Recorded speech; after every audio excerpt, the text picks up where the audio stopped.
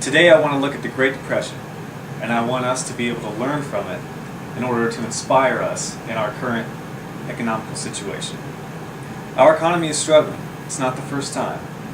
From 1929 to 1939, our country endured the toughest economic slump in our history, called the Great Depression, and we can learn from it.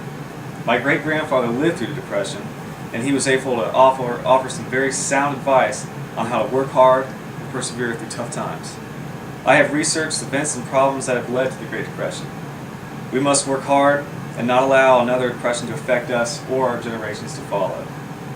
By the end of 1929, there were serious weaknesses and imbalances in our U.S. government, ultimately sending us to the Great Depression. Manufacturing output had fallen to 54% of its original value in 1929, and unemployment rate had risen to 15 million workers. That was roughly 30% of the workforce. Government action, including taxation, industrial regulation, social insurance, and reducing deficit spending, helped stabilize the economy. We can learn from generations before us to help improve our economy today. Let's look at what led to the Great Depression. By the end of 1929, there were serious imbalances in the U.S. economy which sent us there. It began with the collapse of the stock market prices of the New York Stock Exchange in October 1929. That in turn ruined individual investors and strained banks and other financial institutions. The failure of many banks drastically affected all U.S. residents and all the spending and production that the U.S. was providing. The result of which was a falling of output and rise in unemployment.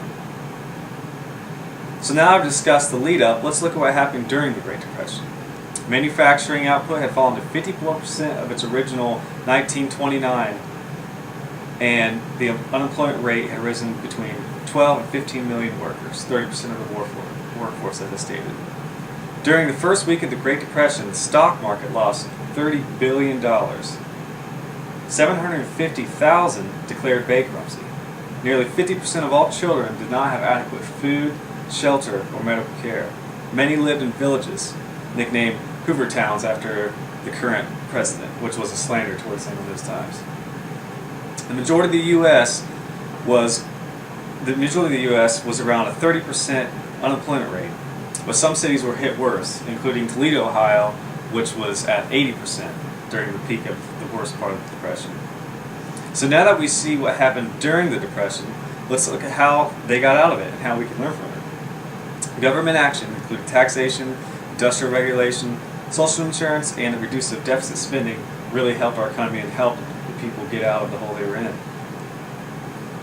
World War II was actually a key instrument in getting the economy out of the Great Depression because it opened up so many jobs for people to work in, to make ammo, bullets, and things of that nature to be able to supply the government and the Army. With the election of Franklin D. Roosevelt, a new wave of programs and policies were implemented. The National Recovery Act, the Agricultural Adjustment Act, and the Economy Bill, which helped cut federal spending, all helped the U.S. climb out of the Great Depression. The 1932 election of Franklin D. Roosevelt was the start of a long road to slowly get out of debt. Now that we see what it looks like to get out of the Depression, now how can we really learn from it? We can learn from the generations before us to help our economy today. A new economic plan and strategy must be implemented to see real change. The government has to put new policies and procedures in, and people have to really work hard to rejuvenate our economy. But government isn't the only thing that needs to change. The attitude of the people has to change as well. We have to work hard and we have to help our community and those people around us. My grandfather wrote about his experience in the Great Depression.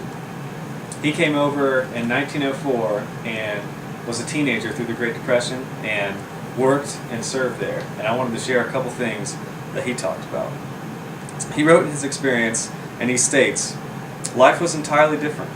It was hard. It was tough. The goal was to work hard for his family and to help his community." He then stated, "Life was hard, yes, but yet people enjoyed themselves." I really want to take what my grandfather said and want us to think about how we can improve life today and how we can work hard but be good to those around us and help our community. If everyone has this mindset, we can slowly build up and help our economy. We have to keep a positive attitude, and we have to work hard to recover what could be a potential another depression. So to sum it up, in 1929 there were serious weaknesses and imbalances that ultimately led to the Great Depression.